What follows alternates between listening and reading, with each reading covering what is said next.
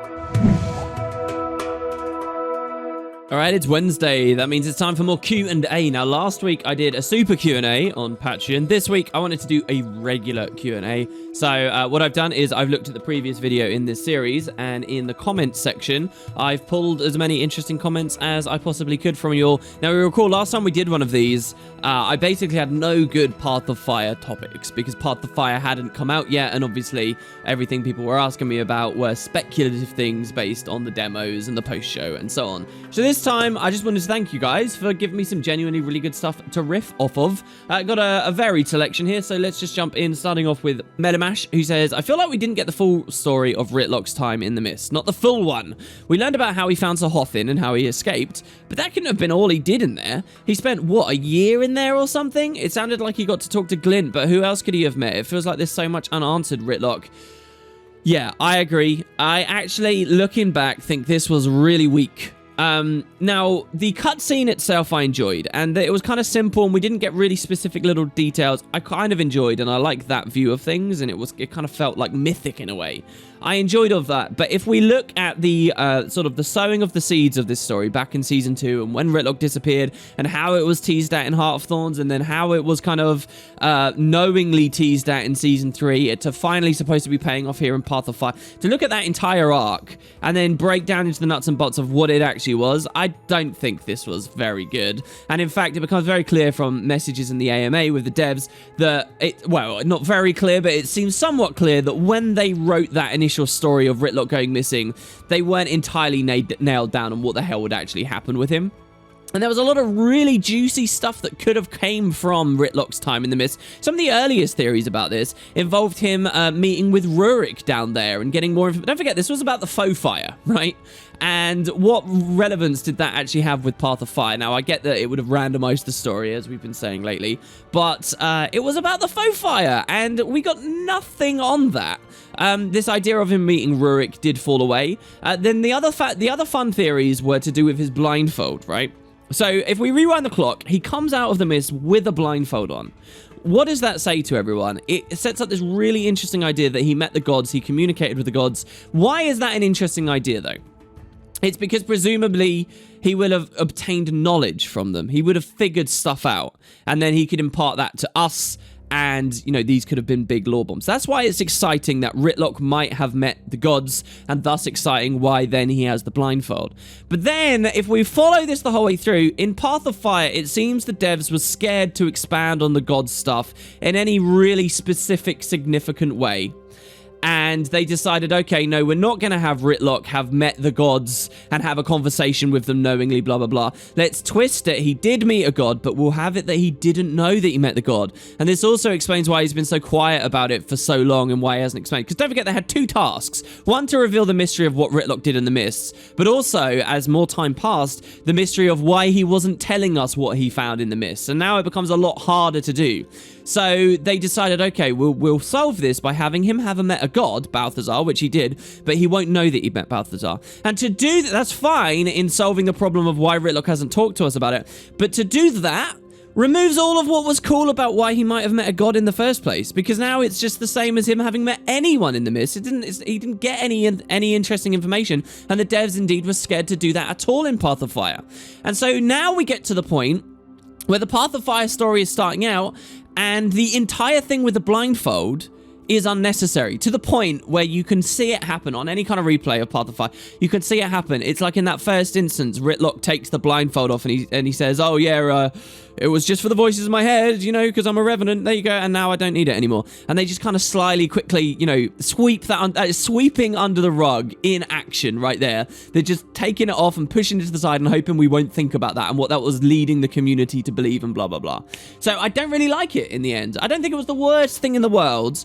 And beat for beat, I think it worked. But to sort of look at it full scope, start to finish, you know, they're flailing around with that Ritlock mystery. And that's a shame, because that's one of the more high-profile, recently manufactured mysteries that this franchise has done, openly invited us to question about.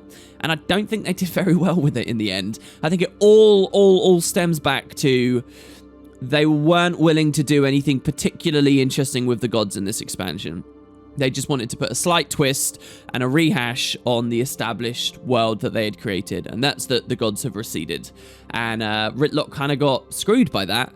And then they didn't even shore up their, the Ritlock story with other stuff like Rurik, because, they were afraid of going, off path, I guess. I wonder what you guys think about that, but the more I chew on it, the more I'm getting picky about the Ritlock thing, I must admit. Moving on, we got Crimson Sun 88, who says, the rain showers in the Ellen Riverlands is wonderful. You talked about weather effects in a previous video, but do you think they could / will implement that type of effect in Corteria maps? I'd love to see it happen. Similarly, we have Sky629, who says, WP, what are your thoughts on maybe the dev / ArenaNet slowing down in a way and touching up on the Corteria instead of doing a living season? Not necessarily the next one, but somewhere down the line. The overall idea would be to touch up on the maps, events, bosses, loot, and maybe even the instances of the personal story and dungeons to bring everything to similar quality levels of the more recent stuff. Okay, so both of you are talking about let's go back and do Corteria stuff. Now, first of all, I would say they should never sacrifice Contemporary Living World Season for it. There's no way that they can do that. I think that would be a terrible idea. Not one episode, not all of the episodes, certainly, like we have in the comments. It's a suggestion here. I don't think that's smart at all. I think that I've been a champion of this for a long time, and anyone who follows me on Twitch will know it's very easy to provoke me into a long rant as to all the reasons why I think Corteria really needs touching up for many, many, many different aspects of this game. The culture, the people that play it, the churn rates that the game has, and so on, so on, so on. But looking at it realistically, I don't know how much space they have for this. I see a little bit. Now, remember, when Heart of Thorns was in development, the first 6 months or so of it was actually like company restructuring and figuring out how they wanted to do things. The devs themselves have said that Path of Fire took 18 months. Not the full 24, 18 months. And so what that in theory means is there is another 6 months of leeway before the next 2 yearly expansion. So what do they want to do with those extra 6 months? I'm talking about the expansion team right now.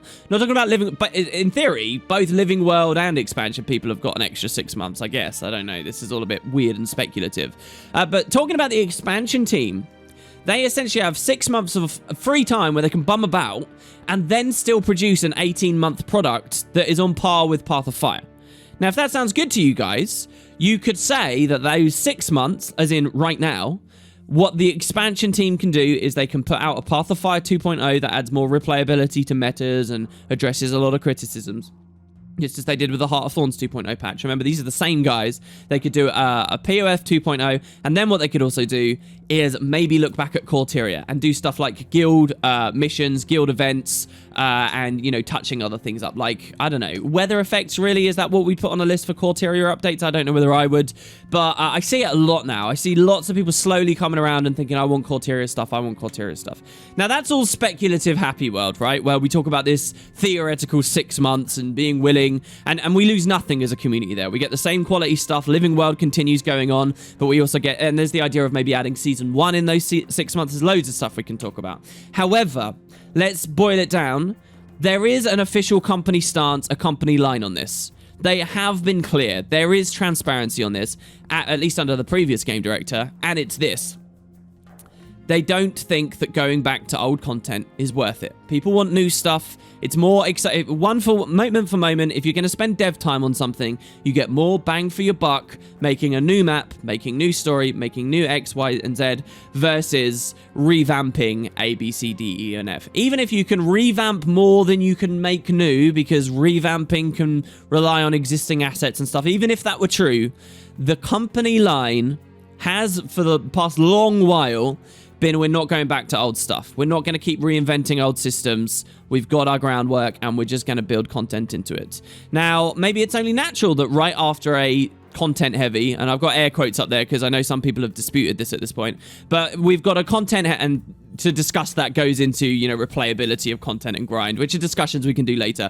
But we've got an expansion that focused on content, right? Maybe it's only natural that after that moment, now people are saying, oh, let's go reinvent the wheel here, there, and everywhere. I've been a big fan of going back to Corteria for a long time, but at the end of the day, the devs have said what the devs have said, and I guess we shouldn't expect it. Despite my opinions on this specific topic, I do like that we have a clear line And we know, yeah, they're not going to do it, so hopefully we won't be in turmoil, kidding ourselves, thinking that they'll go back to Corteria all the time when they're just not interested. And I can guarantee you, if you scroll into the comments here, there should be plenty of people saying, no, yeah, I don't want revamps, I want new stuff, I want Cantha, I want this, I don't want them to compromise. How about they put those extra 6 months into the next expansion? The next expansion is going to be even better than POF, and blah, blah, blah, blah, blah. You know, people will like that idea every bit as much as going back to old things. Oh, I've just realized here I cut off a lot of your comment there too, Sky, when I was reading it out. Hopefully people can pause and read the rest, because I think you got some good points about the merits of going back to old content. All right, moving on. We've got Iris Ponsberry, who says, do you think they'll ever do a more political-based story like the Garden Party chapter, Party Politics? My main character is a human noble, but nothing of my character has done since the personal story really marked her as being from a noble background. Perhaps a Char story, since we humans just did with Path of Fire, to help bring closure to the Ebonhawk ceasefire? Okay, so I get questions like this every now and then, and usually I ignore them, but I will go with this. I have to say, I think that your perspective of being a noble based on the biography question that you had right when you started playing this game is a little bit off. Now, I get it. We latch onto our early experiences quite heavily, and when the first thing you see in character creation, one of the first exciting things about the MMO is this interesting biography, and you get thrilled by the idea of really honing in on this noble idea or this commoner idea or whatever. I get that we can cling to those a bit, but to be honest, in Guild Wars 2, that biography thing only serves to dictate what 10 levels of story were going to be for you, and they don't pay off on it further than that. And you can blame the game for not being able to pay off on that, but if you think about it, they got 5 races. Each of those 5 races has 6 options like that. You know, one that defines the level 10 to 20, one that defines the 20 to 30. And so that's a ton of different branches. And so the idea in the, singular story that we now have through Living World and expansions here in 2017, the idea that they can always pay back to these massive number of branches is, that's a tall order. And to consistently nail that again and again and again so that you can continue feeling like a noble, which is something you chose right when you first made your first character. For this studio and the way that this game is set up, I just don't think it's realistic, or that's how I've come to feel. And I know that's a shame, because a lot of us do like to think that those early choices will pay off a lot. But the truth is, in Guild Wars, they just don't. And I think you're kind of setting yourself up for disappointment if you can't acknowledge that quite quickly. There is, of course, the idea that you can role play and you can have your own headcanon of your character as being a noble, and lots of people do that, and lots of people do that based on their biography choices as well. But I don't think it's really a fair criticism of the game when the game's story doesn't align with our own headcanon of what's happening in our roleplay adventure or whatever. And this occasionally comes up as well. It came up a lot with episode 6. Where people say, oh no, I roleplay as a human who hates the Shining Blade and they've just forced me to join it. I think in those situations, your roleplay isn't going to always line up with what the dev's story is going to be. That's just a consequence of the way that the game will work. So yeah, I think you're best off almost forgetting that choice existed, and it stings my tongue to say that, believe me. But the odds that they'll properly pay off on those things are very low. I think the best we've seen the devs do at this was the Head of the Snake release, where they had all kinds of payoffs to the class you were, what dungeon you'd done, and some other stuff. But usually it's going to be very minor things, if anything. Party Politics was fun, and so was the... Are you talking about the Season 2 release? There was a Season 3 release just like it. Maybe we'll get another one in Season 4. But when they make those, I don't think it's because they're specifically thinking of human nobles and trying to cater to that biography choice. I think it's because they're thinking of just regular Guild Wars 2 players, whether they're Norn, Char, Sylvari, whatever, who like more dialogue-heavy instances, and they'll put a little bit of that in there at some point in the season. I hope to see another thing like that, because they are fun, at least on the first playthrough. Multiple playthroughs, they can be frustrating, but on the first one, I've enjoyed those. Next, we've got Sarvez Gaming, who says, do you think there'll be a map between the Desolation and Vabi? The empty space between it annoys me. I don't have a long answer to this question, except yes, it annoys me too. Why? Why have they left this gap? It's weird, because you'd think that they would just increase the size of the Desolation by X amount and Vabi by X amount, and then they would meet, right? So why they do it? Because the gap doesn't feel quite big enough for a Living World map, does it? It's kind of odd. There's a lot of places like this around the Maguma jungle that never ended up getting filled in at all, like between Ratasum and Tangled Depths. I wanted that to be a map for so long. Between the Grove and Ratasum, I wanted to be a map as well, and it never happened at all. So maybe they'll leave this kind of annoying, weird space. It does irritate. It irritates me in Guild Wars 1 when they did this as well.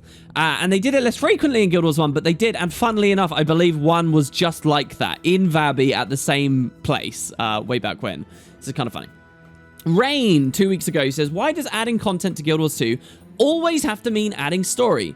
So they say adding activities or skills, non-voiced quests to obtain some cool gear or something to existing areas, etc. Story's kind of dumb. You play it and it's over. It seems like a lot of resources required for something that does not have much actual content. Not sure if what I'm saying makes sense. No, what you're saying does make sense, and I think it's an interesting topic. So this question on this Q&A is not really... it's more of a philosophical thing. It's not really going to matter for Guild Wars 2. Guild Wars 2 is Guild Wars 2 at this point, and the way that it's structured itself is not likely to change at its core. But I know exactly what you're talking about. Story is very exhaustible, and to an extent as well, new maps and environments are a huge amount of the reason we log in, and that's kind of exhaustible too. You can explore Siren's Landing the once and have a blast, but even several months later, going back to Siren's Landing, it takes a long time for that to like renew and become really fun again, because you still remember your first exploration. And the truth is, a lot of Guild Wars 2 and the way that it's structured itself in expansions and Living World is extremely exhaustible, because at its core it has a lot of account binding. It has things like just the way that achievements work, collections work, masteries work, the skin unlocking. All content really in PvE in Guild Wars 2, nearly all, is a very loose sieve. We run through it very quickly.